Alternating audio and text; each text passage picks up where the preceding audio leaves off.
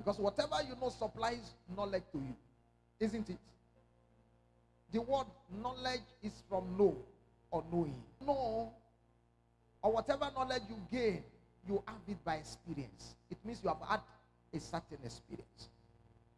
And that is why when you apply for a job, when you are applying for a job, in an organization, or when an organization publish a vacancy, a vacant position, they will put certain years of working experience. Am I correct? They put certain years of working experience. And that working experience is part of the qualification. I remember when I applied for a work with Sweet Sensation Confectionaries, the post of supervisor, that was my service when I graduated, for the position of supervisor, of a supervisor. So there were several of us who were graduates that we applied. And quite a number of us were employed to be placed in some of their new outlets. And I think four of us were employed. 4 of us were employed.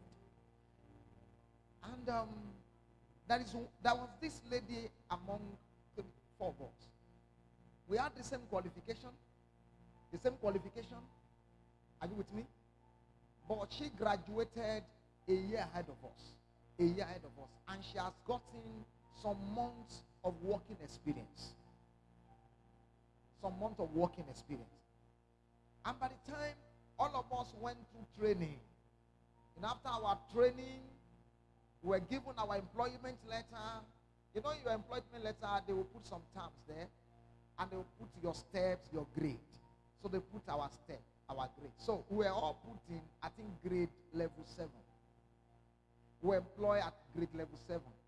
And the rest of us were employed grade level 7, step 2. She was employed grade level 7, step 4. And we asked questions. And the HR manager told us, you know, we were employed as senior staffs. So we had chat. So they didn't have chat with junior staff. So they had chat with those of us who were senior staffs. And so we had chat, but what happened? And things like that, that is a difference in whatever. And he told us, he said, that step 4 is our working experience. That step 4 is our working experience. So, oh, wow. So from that time, I understood that working experience has advantage. So knowledge is by experience, and it gives advantage to men. Knowledge is by experience, and it gives advantage to men. Is that correct? So, saying, I will do new things. In fact, he said, do not to remember the former things, the former things. Do not to remember the former things. Do not to remember the former things. And that is a responsibility on our part. And I'm refreshing now. You want to conclude. So I'm trying to, refresh our memory. So when God speak like that, do not remember the former things. These are things. Specific things. And God called them former. In fact, not just one. He called them former. Is that the way Yoruba put it? Now, God says this because we have the ability to either remember the old things or to forget. Yeah.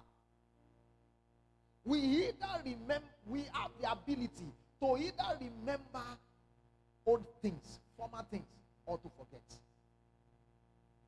But as human, we are quick to forget. We are quick to forget some very good times, from very good things. We are quick to forget. But if I ask you a question now, because it is not impossible that somebody have done something very good for you, some of your secondary school mates, when you were in secondary school, perhaps in GS3, can you remember that? You have to flash back. You have to think and say, okay, is there anybody like that? Is there anybody like that? But there are some things that are very unpleasant that somebody have done for you. You will remember them. You will remember them. Because God have to talk to us because he knows this is our nature. We have that in our nature.